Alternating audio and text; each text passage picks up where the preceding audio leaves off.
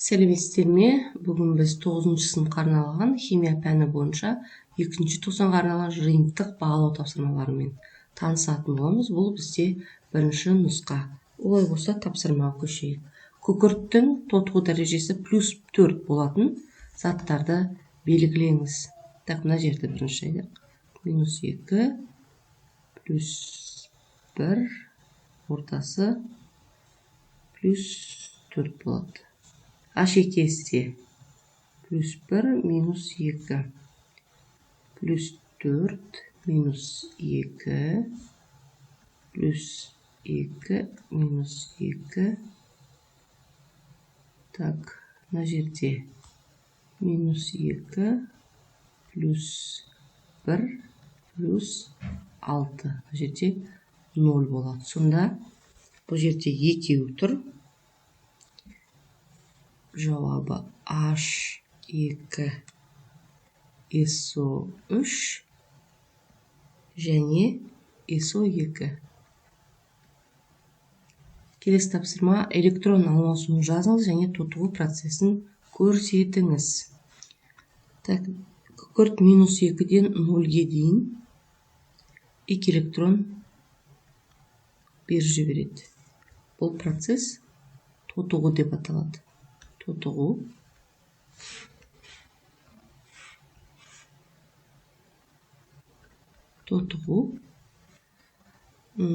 Енді мына жерде мырыш +2-ден 0-ге дейін 2 электрон қосып алады.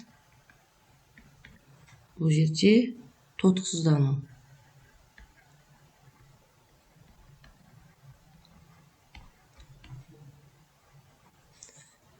Мына жерде оттек 2-ден -2-ге дейін 4 электрон қосып алады. Бұл жерде де тотықсыздану. Так, тотықсыздану деп жаза салайын. Енді азот +5-ден +4-ге дейін өзіне 1 электрон қосып алады. Бұл да тотықсыздану болады. Сонда бізде дұрыс жауабы А нұсқасы екен. Келесі тапсырмада электрондық баланс әдісі мен коэффициенттерді қойыңыз дейді. Ол үшін біз тотығу дәрежелерін қойып шығайық. Так, +5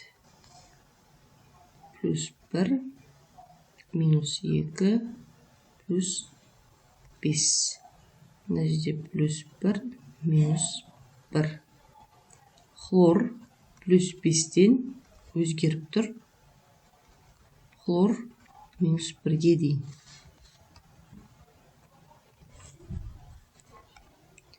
Алты электрон қосып алады. Ал фосфор 0-ден фосфор +5-ге дейін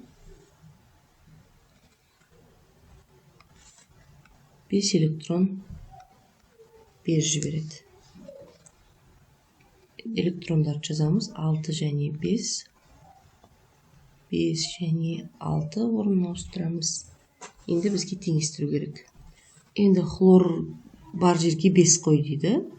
Хлорлардың алдына 5 қоямыз. Фосфордың алдына 6. Так, мына фосфордың алдына 6 қоямыз. Сонынан теңестіреміз. X бар, алдына 3 қоямыз. Біздің реакциямыз теңесті. Келесі тапсырма: суретте көрсетілген металдардың қай қасиеті бейнеленген?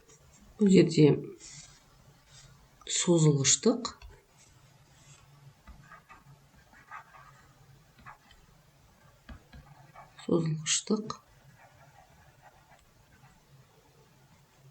және иілгіштік. Осы қасиеті көрсетілген. Енді мына жерде осы қасиетке кристалдық тордың қандай ерекшелігі себеп болады дейді. Металл атомдарының радиусы үлкен, олар электрондарын оңай береді, оң зарядталған иондарға айналады. Атомдардан бөлінген электрондар катиондар арасында еркін қозғалып, осы бөлшектер арасында металдық байланыс түзіледі екен. Келесі тапсырма: автокөлік корпустарын жасауға қолданылатын қорытпаны атаңыз және құрамын жазыңыз. Ол бізде болат. Оның құрамында 98% темір және 2%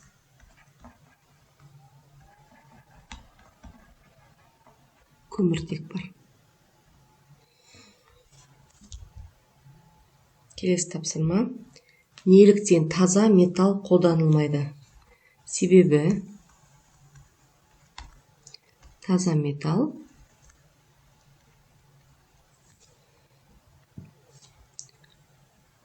морт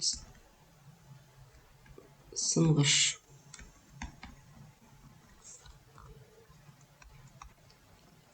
болып келеді. Көміртек қосу, мына жерде көрдіңіздер, көміртек қосу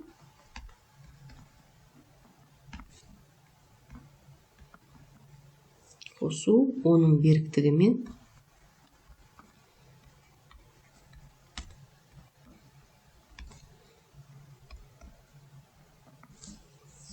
қаттылығын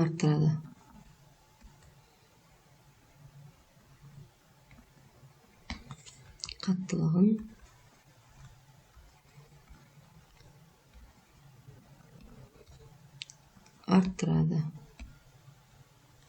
Келесі тапсырма: 9% құрамында қоспасы бар 500 кг темір 2 оксидін көміртек арқылы алынған таза темірдің массасын есептеңіз. Темірдің малярлық массасын тауып алайық. М феррум 10, 56 қосу 16, 72 грамм бөлінген моль. Енді зат мөлшерін табамыз. Темір оксидінің масса бөлінген малярлық масса. Массамыз бізде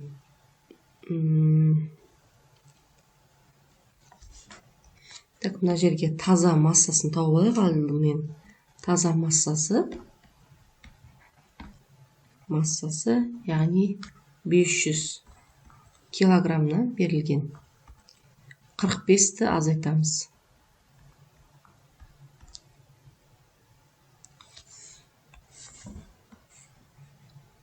Тең 455 килограмм болады.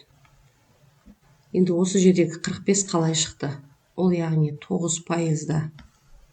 Мына жерде X 100%-да 500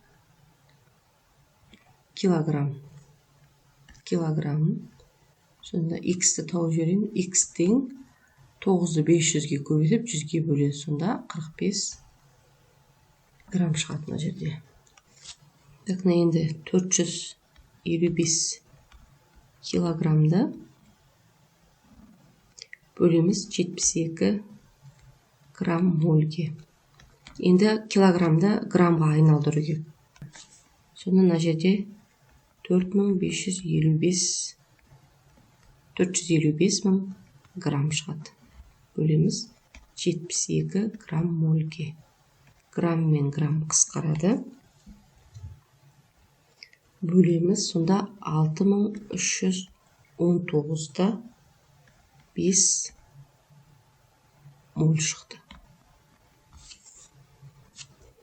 Енді темір оксиді көміртекпен әрекеттестіреміз де темір және СО шықты. Мына жерде феррум алдында 1, мына жерде де 1 моль, сондықтан N феррум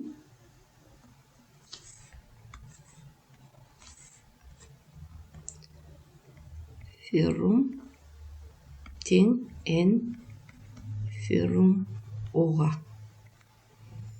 Сонда 6319-да 5 мольға тең болады. Ешқандай алдарында индекс жоқ.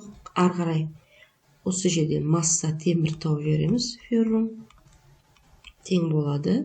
Зат мөлшерін көбейтеміз малярлық массаға. 6319-да 5 мольді көбейтеміз 56 грамм бөлінген мольге. Моль мен моль қысқарады да. Көбейтіп жіберейік.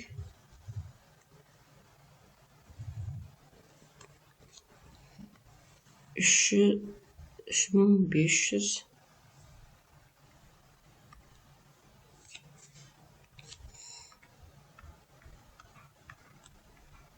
грамм шықты. Енді килограммға айналдырып жіберейік осы жерде. 354 килограмм. Жауабы осы. Келесі тапсырма: сілтілік металдың сумен әрекеттесуін өнімдері.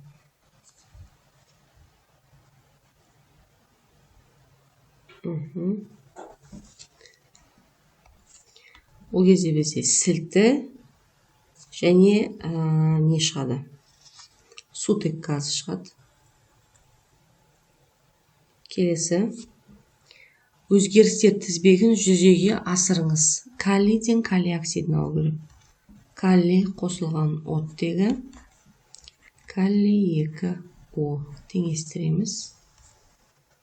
Енді каллий оксидінен каллий гидроксидін алу керек. Суды қосып, каллий гидроксидін аламыз. 2 каллий OH. Ары қарай каллий гидроксидіне каллий OH-қа қосамыз. H-NO3 қосайық. Каллий нитраты түзіледі. Каллий NO3 плюс H2O. Теңестіруді қажет етпейді. Ары қарай каллий NO3-ке каллий NO3-ті ыдыратамыз температурада қыздырып.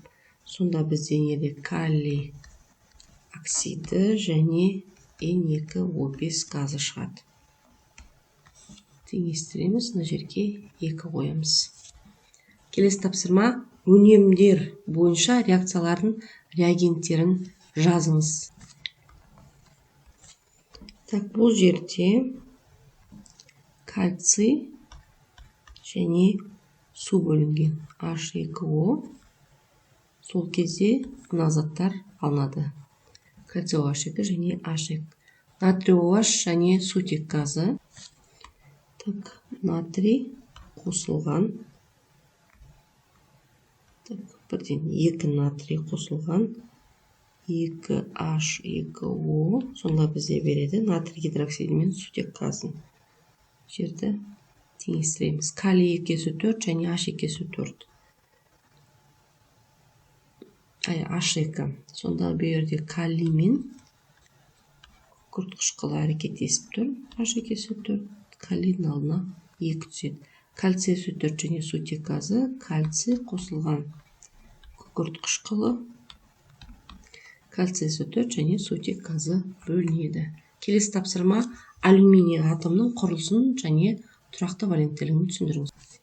Алюминий бізде 13 элемент, салыстырмалы атомдық массасы 27. 13 протон, 13 электрон, 14 нейтрон бар құрамында. Үш энергетикалық деңгейде орналасқан. 2, 8 және 3. Енді тұрақты валенттілігі 3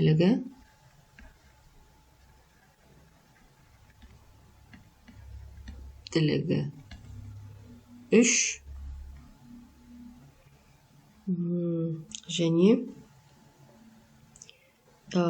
электрон тотығы дәрежесі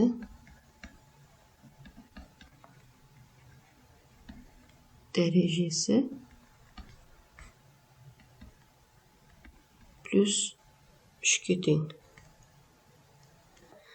Келесі тапсырма: алюминийдің қасиеттеріне байланысты қолдану салаларын көрсетіңіз. Мына жерде жазайын. Пластичность дейді. яғни пластикалық қасиеті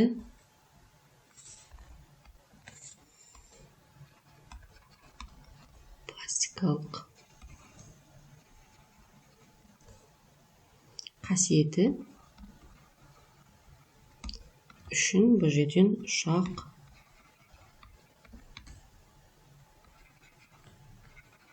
автобус корпустарын жасайды.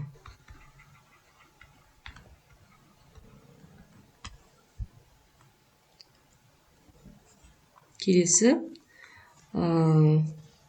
малая плотность, яғни төмен тығыздығы үшін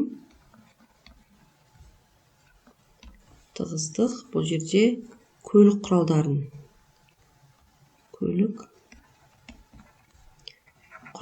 жасайды.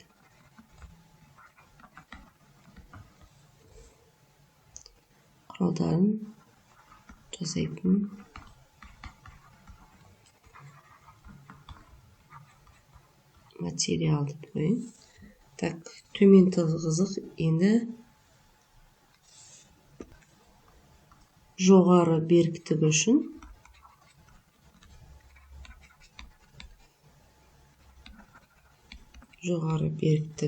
яғни прочность в сплавах деп тұрған авиацияда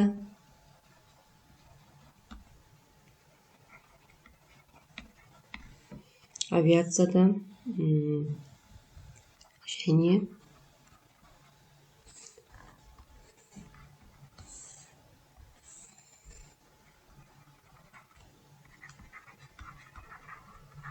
құрылыста қолданады. Ең соңғы жоғарғы электр өткізгіштігі. Жоғары электр өткізгіштік. Бұл жерде жалпы алюминий электр өткізгіштігі жоғары элемент болғандықтан кабель электр желілері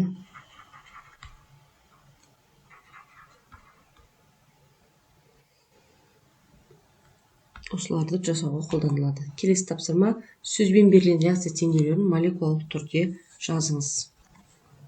Так, тұз қышқылын қосамыз. Тұз қышқылы. Сол кезде алюминий хлориді және су түзіледі.